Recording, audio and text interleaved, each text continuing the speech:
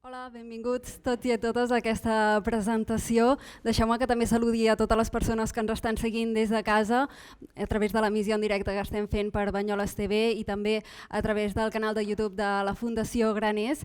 Avui estem aquí per presentar aquest llibret. És el tercer llibret de la col·lecció Diàlegs de la Graners Fundació, resultant de la segona jornada de salut mental i discapacitat intel·lectual que va tenir lloc el passat 19 de maig al Parc Hospitalari Martí Julià de Salt i que va girar al voltant de les bones i de les males pràctiques per atendre les persones amb discapacitat intel·lectual.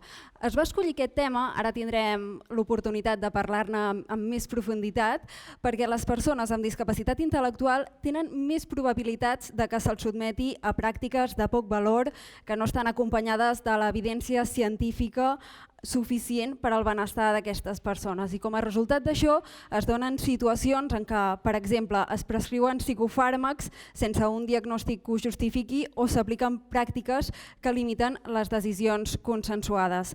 Aquest acte està organitzat per la Graners Fundació, que justament avui ens acull a la seva seu aquí a Banyoles, per l'Institut d'Assistència Sanitària, l'IAS, i la Societat Catalana de Psiquiatria i Salut Mental i amb la col·laboració de DINCAT. I dit això, crec que podríem anar per començar, perquè ja veieu que estic aquí molt ben acompanyada per la Laura Masferrer, directora gerent de la Graners Fundació. Hola, Laura. Hola, bona tarda.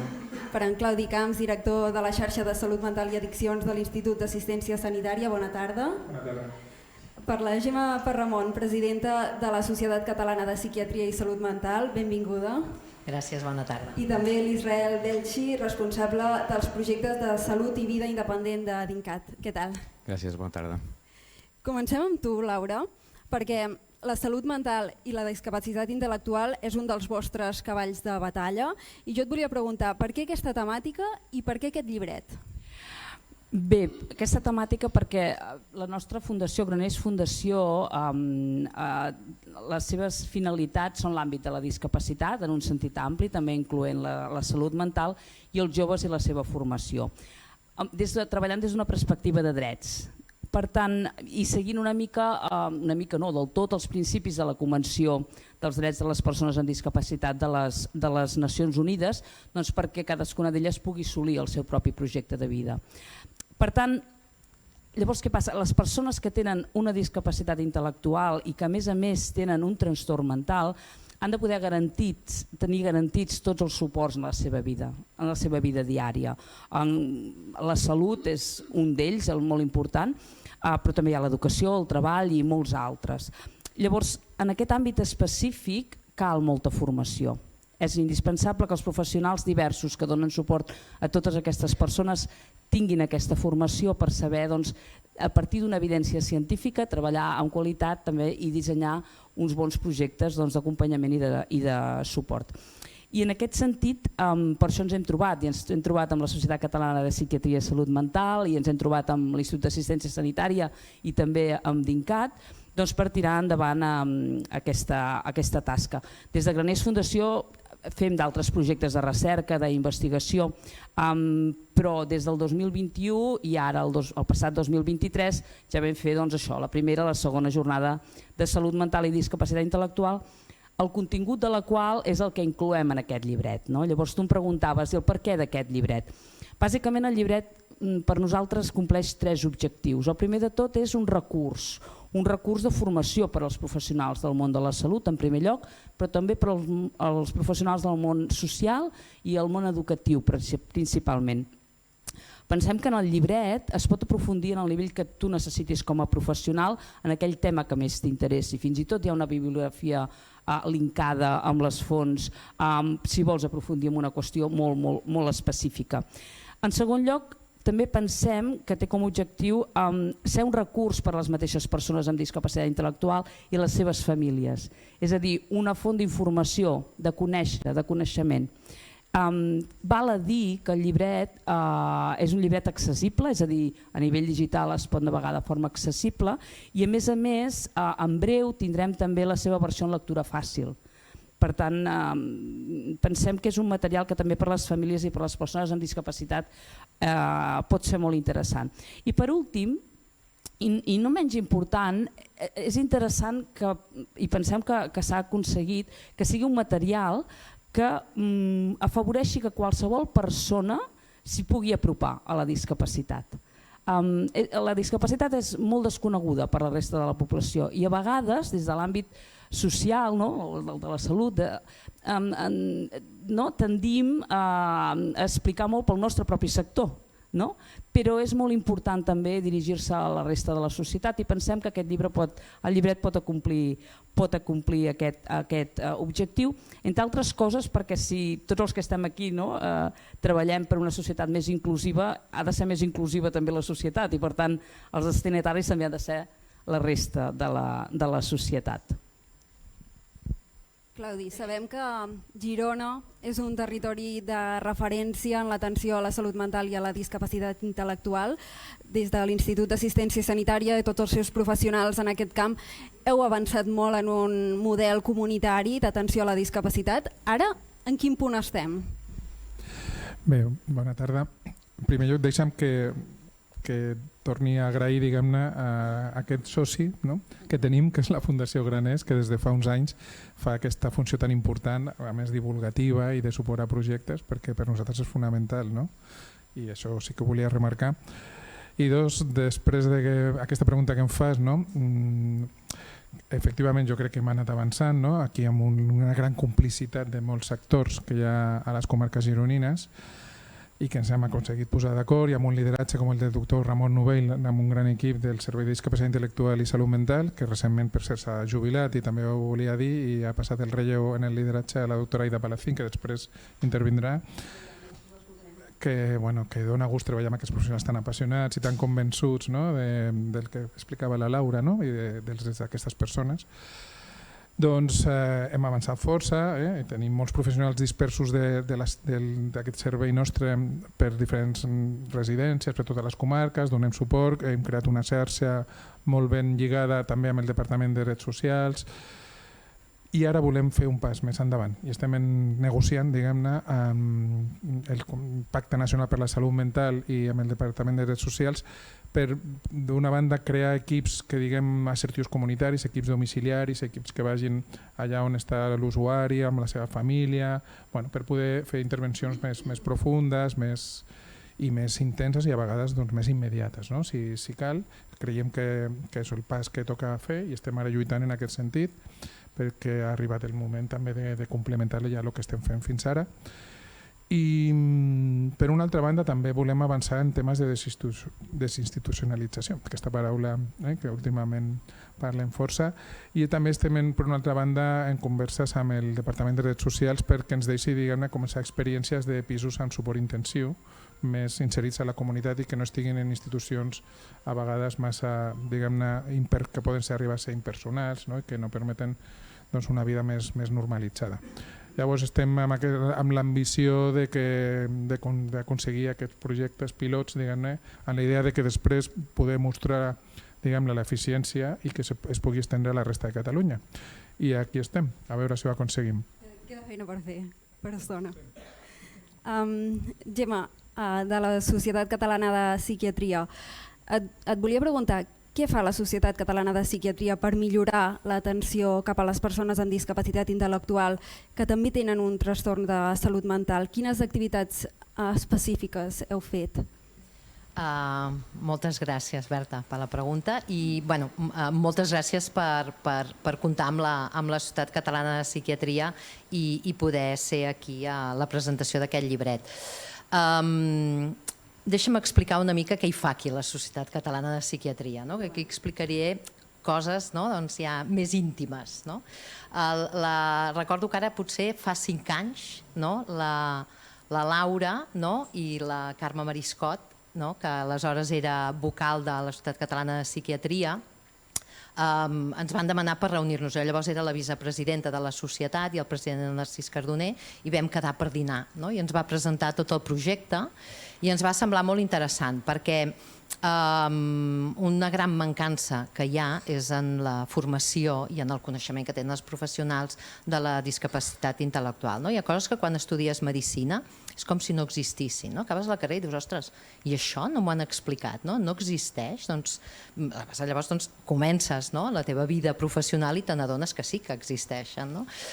Durant l'especialitat la cosa no millora massa. O sigui, un o una psiquiatra ha de fer els 6 anys de medicina i després 4 o 5 anys ara d'especialització, i mai es parla de discapacitat intel·lectual. I després, quan arribes al teu dia a dia professional, sí que l'has de tractar. Llavors, aquí és on entra la societat. La Societat Catalana de Psiquiatria i Salut Mental té la funció de formar aquests professionals i identificar quines són les mancances. També us diré que vam tenir la sort de que van venir des d'aquí a Girona, que és el lloc on probablement hi ha professionals més ben preparats per tractar persones amb una discapacitat intel·lectual que a més puguin tenir un problema de salut mental. O sigui que teníem els més experts dels experts que es volien aliar amb nosaltres, amb el que evidentment no vam poder dir que no. Fa 5 anys no us explicaré el que ha passat perquè tots ho sabem, la cosa es va endarrerir una miqueta, però el 2021 formàvem el grup de treball de discapacitat intel·lectual i salut mental. La Societat Catalana de Psiquiatria té més de 100 anys d'història i ara ja té gairebé 800 socis i sòcies, i el que li interessa és que sigui un punt de trobada d'experts i expertes. I el que fem és crear grups de treball sobre diferents temes, perquè això permet que hi hagi més experts i expertes que participin en tota aquesta formació i recerca i ajudar els socis i sòcies a conèixer més d'un tema. I aquest va ser un d'ells, en tenim 15, i un d'ells és el de discapacitat intel·lectual. Llavors, el que aporta la societat és aquesta formació i tot d'àrees diverses. Moltes vegades no és la societat que tampoc fa aquestes formacions. Ara parlàvem amb ell que no fa massa vam fer un curs també d'INCAT a la mateixa acadèmia, que és casa nostra. També avala altres activitats i aquesta jornada que munta i que organitza Fundació Graners sempre hi hem estat. Al final el que volem és millorar la competència dels professionals de la salut mental, perquè amb el fi és millorar l'atenció a les persones que puguin tenir algun problema de salut mental, en aquest cas a més amb una discapacitat intel·lectual. Parlem molt de la medicina personalitzada i això és un exemple.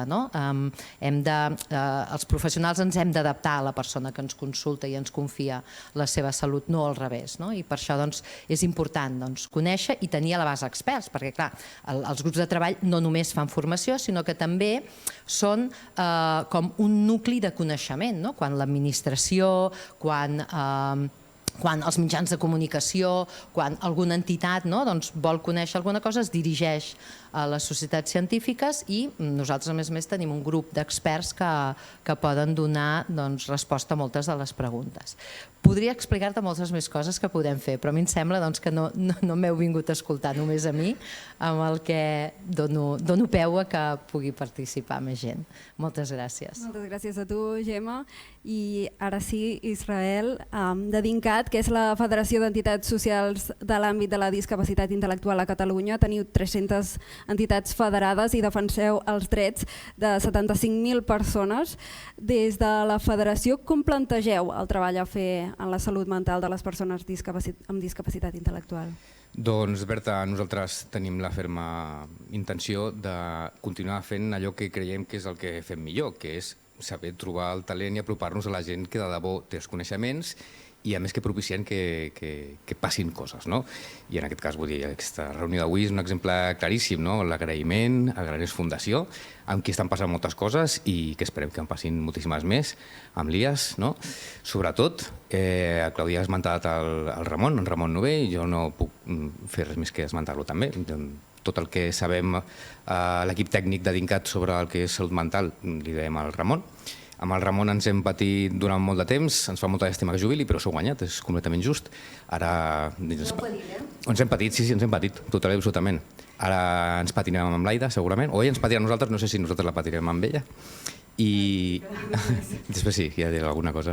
I després també els agraïm més a la Societat Catalana de Psiquiatria i Salut Mental, amb qui també estan passant moltes cosetes. Per fortuna estem visquent un moment històric en el qual es parla molt de salut mental, això és així, des de fa uns pocs anys se n'està parlant moltíssim, molt més del que se n'en parlava anteriorment, i ara s'està fent una mica de justícia, i fa molts anys que des de DINCAT tenim evidències que no les hem trobat nosaltres, sinó que les hem trobat amb aquestes companyes, a qui ens sabem apropar, sobre les especificitats de la salut mental i la discapacitat intel·lectual, aquestes diferències que hi ha amb la població general i que fan que sigui de justícia social que hi dirigim una mirada amb especial atenció, com per exemple les diferències que hi ha amb la prevalença dels problemes de salut mental o com es manifesten. Des de fa 10 anys aproximadament que a DINCAT tenim el projecte de salut i aquí dins estan encabides totes aquelles activitats que fan referència a la salut mental, però des de fa molts més anys que des de DINCAT es presta bastanta atenció a tot allò que té a veure amb els problemes de conducta o com ara els estem rebatejant aquestes conductes que ens preocupen. Algunes de les cosetes que hem anat fent en el passat, que estem aprofitant aquest present i que volem continuar potenciant en el futur, i us esmentaré un parell per no avorrir massa, passen per exemple com generar certs materials que ajudin a la sensibilització i que les persones amb discapacitat intel·lectual tinguin accés a uns coneixements que permetin que puguin prendre decisions que estiguin relacionades amb les seves vides, com per exemple una col·lecció dels fulletons dels fàrmacs, dels psicofàrmacs i d'altres fàrmacs que no són psicofàrmacs, que són els més receptats entre persones amb discapacitat intel·lectual, que estan redactats en lectura fàcil. Alguns altres materials, com per exemple tots aquells que fan referència a la sensibilització sobre la salut mental, les seves especificitats dins del col·lectiu de persones amb discapacitat intel·lectual, i els que estem fent, alguns que ja en tenim fets i alguns que estem fent de cara al futur, formacions per a persones amb discapacitat intel·lectual en diverses qüestions que tenen a veure amb la salut i algunes amb la salut mental, perquè puguin tenir cura d'aquesta i fer una miqueta de prevenció, i sobretot, com comentava la Gemma ara, formacions a professionals sanitaris, que és una cosa que perseguim des de fa moltíssim de temps i que aquest 2023 hem pogut introduir gràcies al suport del Departament de Salut i amb el suport de la xarxa especialitzada de salut mental que tenim a Catalunya, que a més tenim la sort de comptar amb ella, que és una xarxa pionera a tot l'estat espanyol i amb una presència i amb una potència bastant important.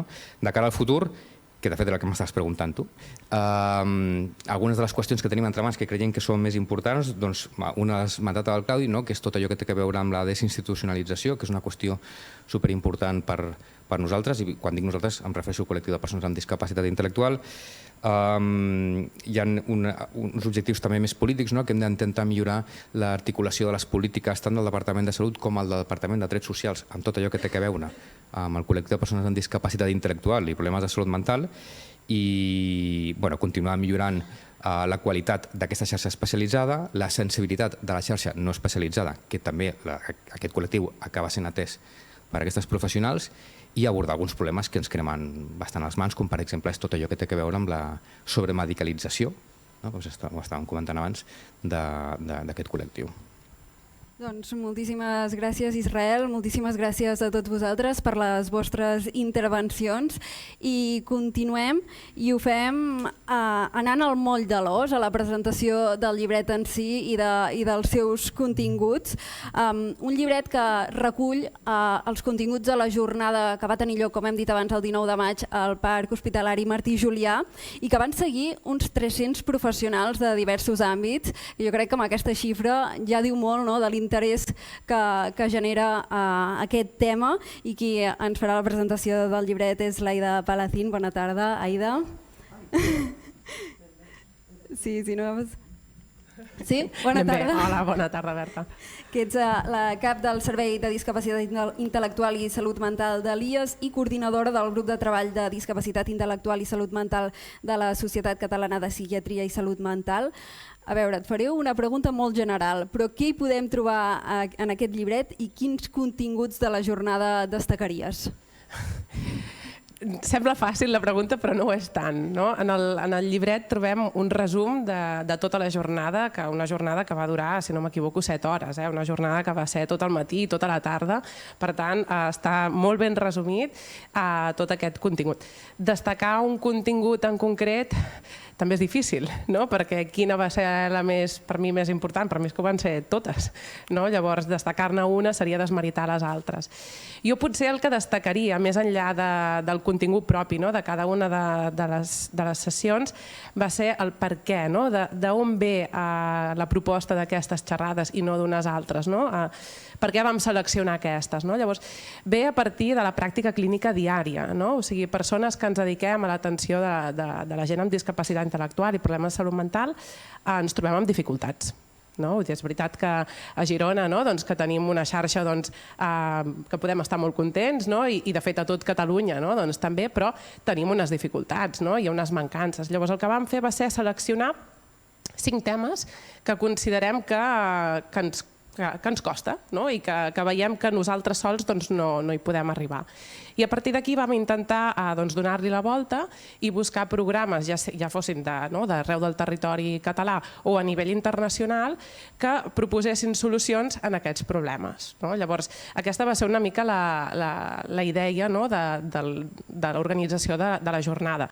Era una manera com agafar el toro per les banyes. O sigui, tenim aquestes dificultats per molts motius, recursos humans, per infraestructures, per polítiques que ens impedeixen avançar, però tenim el que tenim i què és el que podem fer, i si demanàvem programes d'altres llocs, seria una manera d'emmirallar-nos i de veure que potser no hi havíem pensat i que podem fer aquesta acció, podem fer aquest protocol, una manera d'obrir noves mirades. Llavors, en quant a continguts, vam parlar abans ho heu comentat moltes vegades, de la sobremedicalització.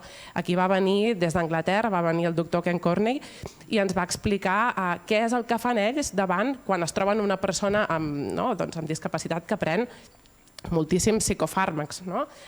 Llavors ens va explicar tot el seu procés. Llavors a la segona xerrada va venir la doctora Van der Nagel des d'Holanda i ens va explicar com atenen a les persones amb discapacitat intel·lectual, malaltia mental i problemes de consum de tòxics, perquè això cada cop ens hi anem trobant més i ens trobem que des de la xarxa especialitzada en discapacitat ens falta un maneig en quant a les addiccions, i des de la xarxa d'addiccions ens comenten que els hi falta un maneig per atendre a la gent que tenen una discapacitat intel·lectual o un funcionament intel·lectual límit. Llavors la vam voler convidar a ella perquè ens vingués a explicar com s'ho maneguen ells des d'Holanda. Després, la tercera ponència, que també la trobareu aquí en el llibret, és la que va fer el doctor Ramon Novell.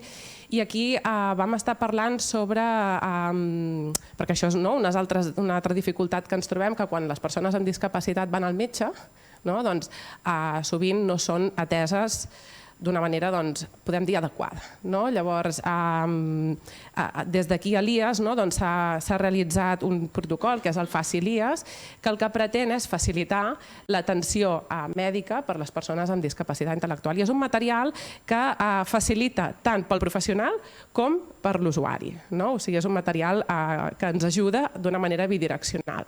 Llavors, aquí ens ho va explicar el doctor Ramon Novell, i després, de cares a la tarda, vam tenir una xerrada de la doctora Maria del Mar Adrover, que ella ens explicava, ella ve des d'Anglaterra, des de Gal·les, i ens venia a explicar com utilitzen ells, o sigui, com intenten reduir i com redueixen les pràctiques restrictives que viuen la gent amb discapacitat. O sigui, el que hem comentat abans, moltes vegades la gent amb discapacitat es troben que la seva vida la decideixen els al costat. Ells no decideixen res i moltes vegades el que fan són limitacions, això no pots, això no pots, això no pots. Llavors, des de Gal·les tenen uns programes on les restriccions mecàniques pràcticament no n'hi ha, les farmacològiques cada cop menys. Llavors, ella va venir a explicar-nos i tots crec que vam reflexionar bastant. I ja per últim es va fer una ponència sobre el funcionament intel·lectual límit i aquí ens va venir explicant Jordi Soler des del Departament de Drets Socials d'aquí a Girona, ja que des de ja el 2017 el funcionament intel·lectual límit és una condició que estem veient que també ens acaba involucrant a tots els serveis, tant de salut mental, de salut, d'educació, justícia, de tothom. Llavors, des de la Generalitat ja s'ha fet una prova pilot que s'està desenvolupant aquí a Girona i a Sabadell i en Jordi Soler ens va venir a proposar els resultats, a explicar els resultats preliminars a través d'aquesta xarxa interdepartamental.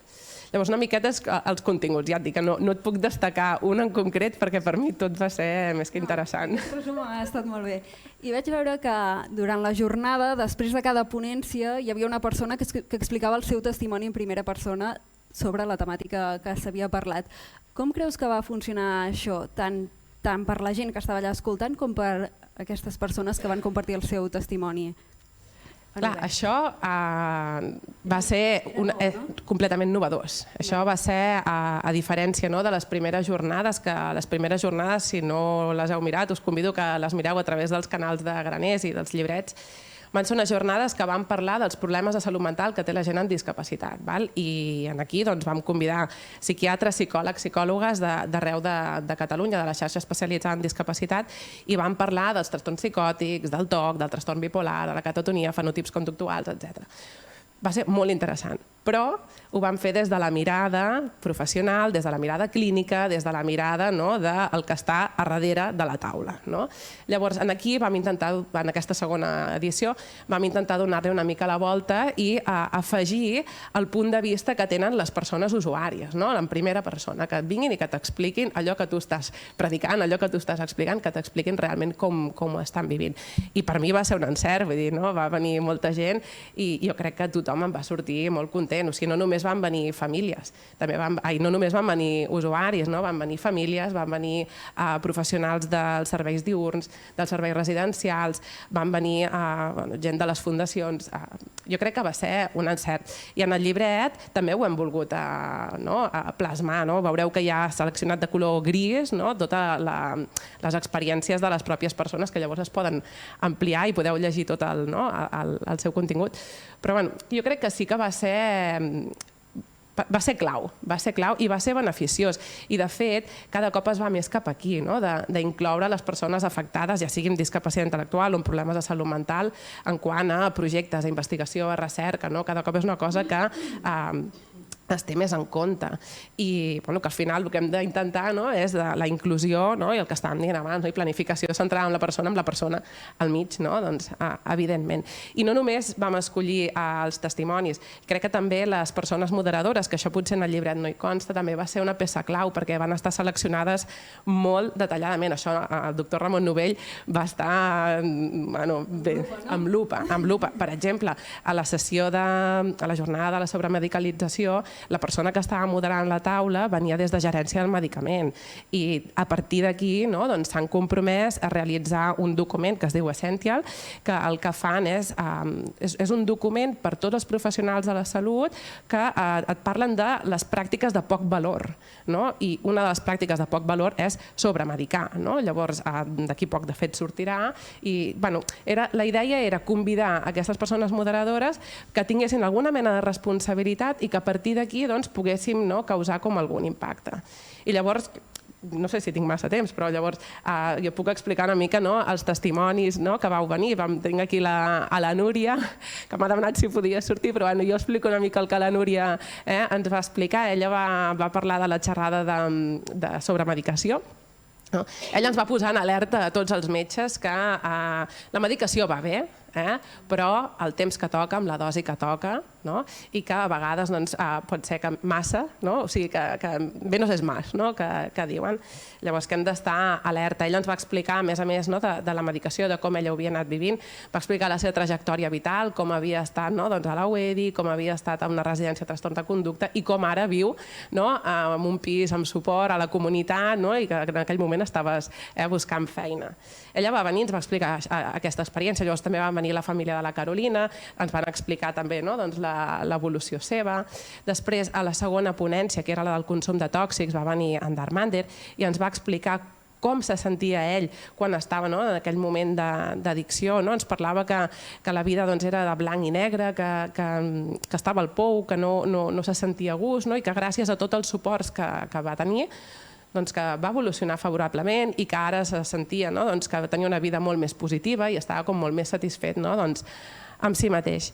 Després, a la tercera sessió, a la tercera jornada, va venir en Pol i la Leila. En Pol és una persona que no té comunicació verbal, llavors la Leila, la seva mare, va ser qui va comentar la situació i ells van estar parlant de l'adaptació de les visites mèdiques. En Pol és una persona que té moltíssimes comorbilitats mèdiques i ha d'anar moltes vegades al metge a fer visites, a fer intervencions, a fer proves complementàries, i la mare crec que ens va fer reflexionar a tots de què hem de fer. Abans en algun moment algú ha comentat de qui ha de ser que s'ha d'adaptar, ha de ser el servei que s'ha d'adaptar a les persones al servei, com ho hem de fer, perquè clar, ens trobem amb un Pol que quan s'ha d'anar a fer, que ha d'entendre que ha d'esperar que el metge o la metgessa que va tard i que s'ha d'esperar a la sala d'espera fins que acabi la visita que té prèviament, o ha d'entendre que li posarem uns cables al cap per fer un electroencefalograma, per exemple, i que allò no li farà mal i que s'ha d'estar quiet, o ha d'entendre que li hem de fer tot un seguit de proves que no entén i que ha de col·laborar. Llavors, moltes vegades ens trobem que el pacient no col·labora, Llavors, va estar bé la Leila, que ens va fer reflexionar amb això i dir, ostres, doncs potser som nosaltres que ens hem d'adaptar a ells i no ells tant a nosaltres. I en aquest sentit també va venir l'Estel Roig. L'Estel Roig és una optometrista de l'IAS i ella treballa al servei d'oftalmologia. I ella ens va venir a explicar l'experiència del Facilias des de la visió professional. O sigui, aquest material, com va millorar, o sigui, quins beneficis va tenir la visita des del punt de vista clínic. I clar, és que van poder fer moltíssimes de les proves.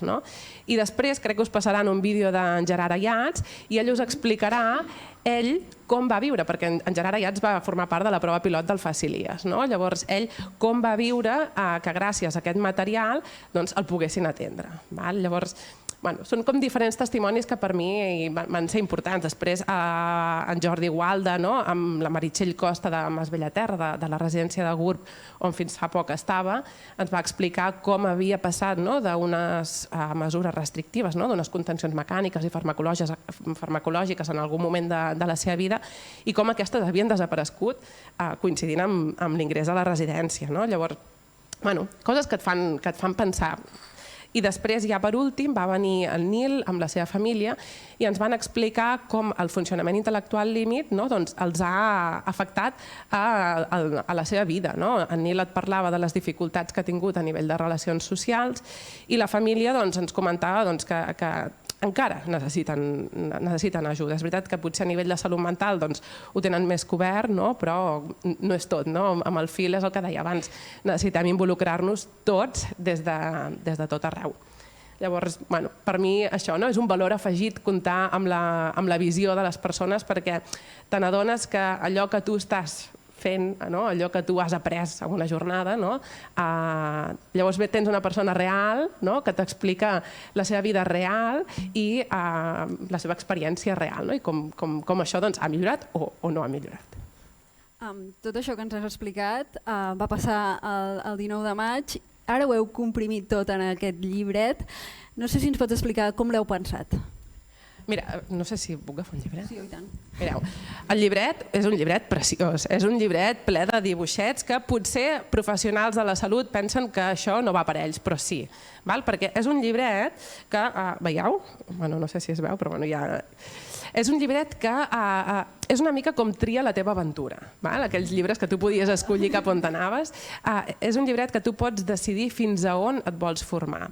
Pots quedar-te amb els titulars, amb els highlights que estan marcats així de color groc, llavors si dius, de què vam parlar?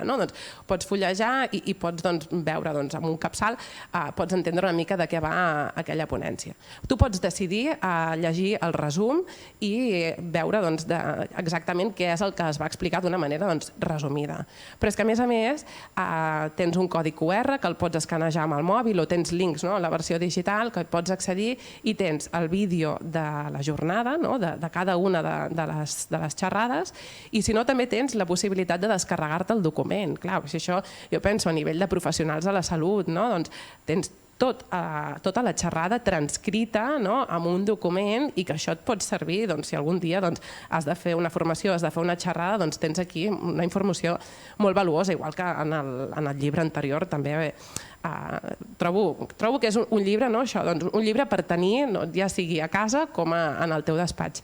I jo aquí volia mencionar que el contingut aquest l'ha fet un resident de psiquiatria, que es diu Alejandro Nieto, i que jo li estic molt agraïda perquè és molta feina la que ha fet. Sé que ha estat molt implicat des del primer dia fins a l'últim i crec que tots aquests continguts que són molt útils i espero que tothom en pugui fer un bon ús.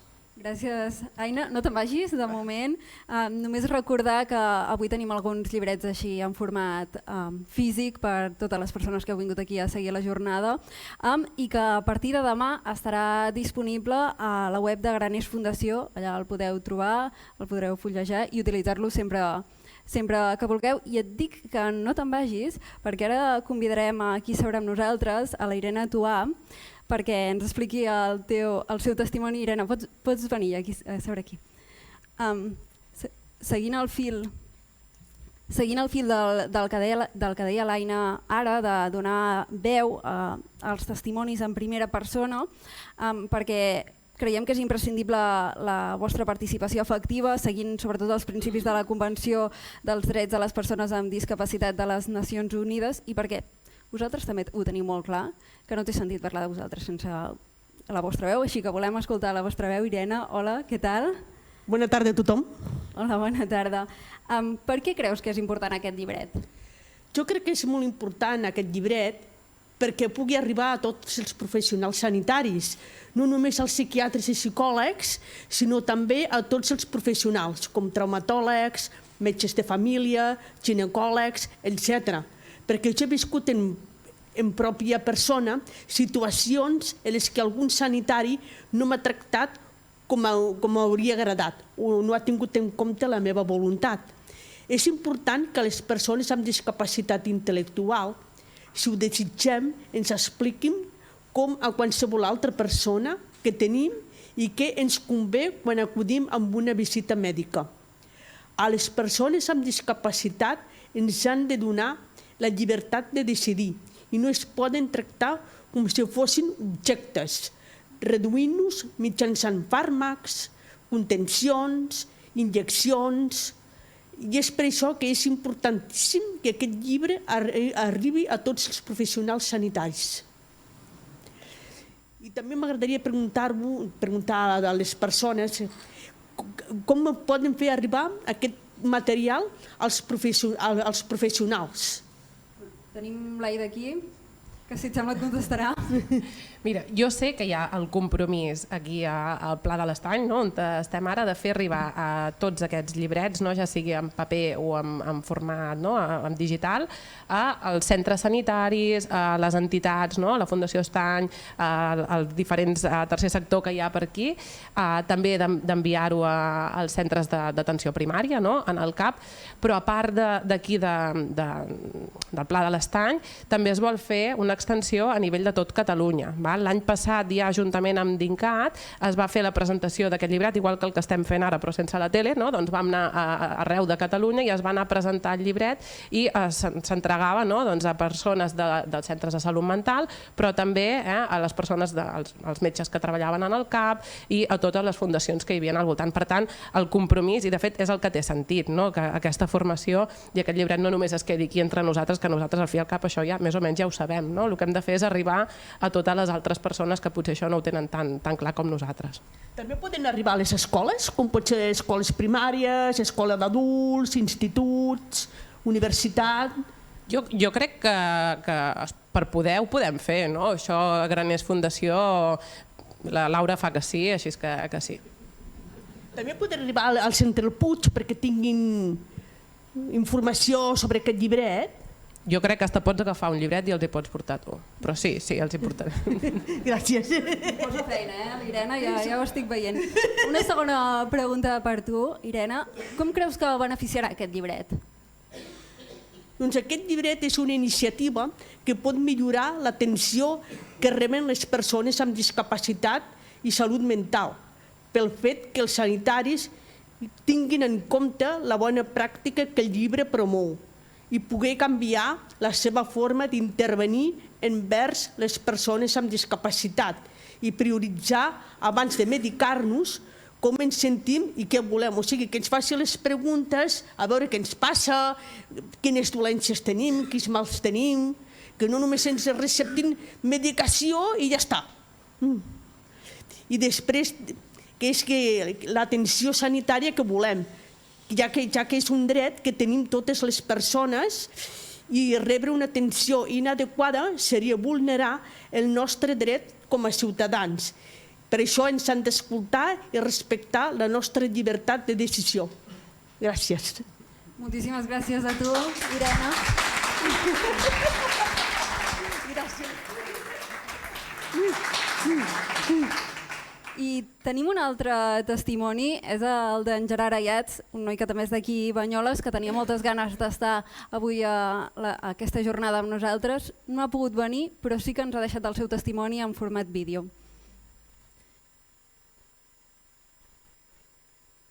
Hola, bona tarda. Hola, bona tarda. Què tal? Què em vols explicar? Ja. Vull explicar el de l'oculista. Bona tarda, soc en Gerard de Banyoles. Us vull explicar quan em sentia quan anava al metge. Quan anava al metge em sentia nerviós perquè no sabia el que em passaria ni qui m'acompanyaria i no havia de fer alguna prova. A vegades no entenia les preguntes del metge. Molt bé. Llavors et posaves nerviós? Em posava nerviós i no sabia què explicar perquè jo no estava nerviós i deia ostres, què passarà si jo no estic nerviós? Començaré a dir, mira, no sé qui m'acompanya, no sé què, no sé quantos, i més o menys, com podem dir. Molt bé. Doncs moltíssimes gràcies, Gerard, també per deixar-nos el teu testimoni. Encarem ja a la recta final d'aquesta presentació amb la Maria Pellicera, que és catedràtica de Pedagogia de la UDG, investigadora principal del grup de recerca en diversitat i membre del Consell Assessor de la Graners Fundació. Ella s'encarregarà de fer la cloenda d'aquest acte, així que quan vulguis, Maria, endavant. Moltes gràcies. En primer lloc, agraïment a Graners Fundació i a les diferents entitats impulsores de la jornada i del llibret, a l'IES, a la Societat Catalana de Psiquiatria i Salut Mental, l'Acadèmia i l'INCAT. Moltes gràcies també per permetre'm estar aquí. A veure, jo després de la presentació que s'ha fet, que ha estat molt focalitzada, poca cosa puc aportar segurament, però sí que m'agradaria destacar el que penso que és més rellevant, forma de síntesi de l'aportació que s'ha fet amb aquest tercer llibret de la col·lecció Diàlegs Graners Fundació, corresponent a la segona jornada sobre discapacitat intel·lectual i salut mental. De la jornada i del llibret que es presenta, en destacaria en primer lloc que la temàtica del llibret i la mateixa jornada és una contribució a l'avanç del coneixement sobre discapacitat. El coneixement científic em refereixo. És un àmbit en el que hi ha poca recerca de tipus interdisciplinar, hi ha poc coneixement, fins i tot jo que vinc de l'àmbit més educatiu, doncs a nivell de formació hi ha un buit important a nivell de professionals. Per tant, tot això al final acaba incidint en les pràctiques i en definitiva en la qualitat de vida de les persones.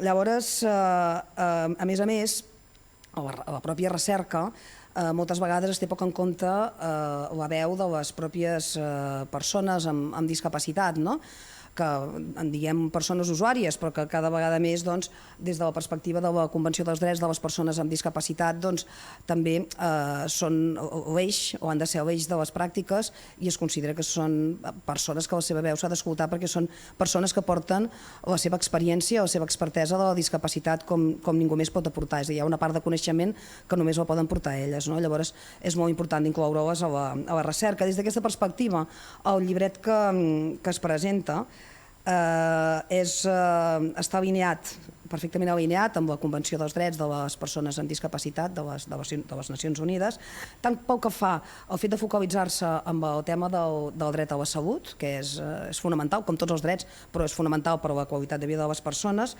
i per incorporar la veu de les pròpies persones. L'Aida ens deia abans que és novedós, i és novedós des de l'àmbit de les jornades més enfocades de l'àmbit de la medicina, però encara és novedós també amb les jornades i els congressos que es fan amb l'àmbit de la discapacitat. Per tant, és molt important que s'hagi tingut en compte tant en la jornada com, òbviament, en aquell llibret que dona rellevància a les veus de les persones com en aquest mateix acte. I després el tercer punt a destacar seria el focus en les bones pràctiques. Jo quan vaig llegir el llibret també sobretot el que em va agradar molt va ser el fet que s'havia trobat aquest equilibri entre presentar les problemàtiques i les necessitats de les persones i de professionals, òbviament, que les acompanyen, i amb la necessitat de fer una transferència, de transportar, de fer un impacte, allò de dir, molt bé, hi ha aquesta problemàtica, però, a veure, mostrem també com des de la pràctica, o com hi ha pràctiques que intenten donar el tom i intenten escoltar les persones, intenten capgirar aquesta situació, intenten no sobremedicar, i com d'alguna manera s'està fent això, perquè si no, un dels problemes que tenim tant a nivell de recerca com a nivell de vegades dels propis congressos i tal, és que ens quedem en resultats de recerca, però que els resultats no acaben, hi ha com un gap, hi ha com un forat d'allò de dir, aquests resultats quin impacte tenen a les pràctiques, i si la recerca no impacta a les pràctiques, doncs malament. Des d'aquest sentit, ressaltar aquesta voluntat de transferència de la jornada i del llibret. Llavors, també vull incidir una mica en el format, que també ha comentat l'Aida, i que és un format molt agradable, que permet una personalització, és a dir, quan l'obres, aquí hem anat veient, quan l'obres i fulleges, tu pots fer el teu itinerari més personalitzat, pots anar a través del QR, pots centrar-te a la veu de les persones, pots anar endavant, pots anar endarrere, pots recuperar imatges, és a dir, que pots fer una lectura, és una font de consulta superpràctica que et permet actualitzar. Jo també li diria a l'Irene que en els meus alumnes, que també són alumnes de l'ISA, doncs els hi passarem el llibret i a més els ajudarem, a part de dir-los que hi ha el llibret, els direm, escolta, llegeix-te a més aquesta part i llegeix-te sobretot els testimonis, i d'aquesta manera arribarem a conèixer i a treballar una problemàtica. Per tant, una incidència en farem en educadors i educadores socials, que és l'àmbit que podem fer nosaltres, i treballadors i treballadores socials, que després treballaran amb persones amb discapacitat. Perquè també volia dir, jo reflexionava a mesura que provava, que heu enfocat la jornada pensant en professionals de l'àmbit sanitari, però que les problemàtiques que heu comentat jo penso que són absolutament transversals i que afecten moltíssim professionals de l'àmbit social, socioeducatiu, psicologia, perquè al final ens hem d'educar tots. Tots hem de saber els límits de la medicalització, els efectes que tenen, tots hem de conèixer com viuen les persones aquesta situació, tots hem de veure la importància que té el fet de sentir-se escoltat, el fet de saber la importància de l'accessibilitat, que ens expliquin les coses de manera que les entenguem, i això ens afecta a tots. Al final la discapacitat és un tema d'estudi absolutament transversal i que afecta operadors de tots els àmbits, de tots els àmbits socials. Llavors, bé, doncs jo estic contenta d'estar aquí com a membre del Consell Assessor de Graners Fundació, també com a investigadora de l'àmbit, i felicitaria les persones i les entitats que han fet possible aquesta contribució i destacada de Fundació Graners i dels impulsors i de Fundació Graners com a Fundació Jove, aquesta aposta clarament alineada amb la Convenció, amb un enfocament de drets i amb una visió molt acurada que vol posar l'accent en escoltar la veu també de les persones i compaginar-les també amb els professionals. Doncs moltíssimes gràcies, Maria. Nosaltres ho deixem aquí, amb aquesta intervenció acabem. Moltíssimes gràcies a tots que heu vingut aquí a seguir la presentació, també tota aquella persona que ens ha seguit des de casa seva. Moltíssimes gràcies a l'organització, per suposat, a Graners Fundació, a l'IAS i a la Societat Catalana de Psiquiatria. Esperem haver posat el nostre granet de sorra per una millor atenció a les persones amb discapacitat intel·lectual. Només recordar-vos el que ja he dit abans, que el llibret estarà disponible a la web de Graners Fundació a partir de demà, i res més, bona tarda i moltíssimes gràcies.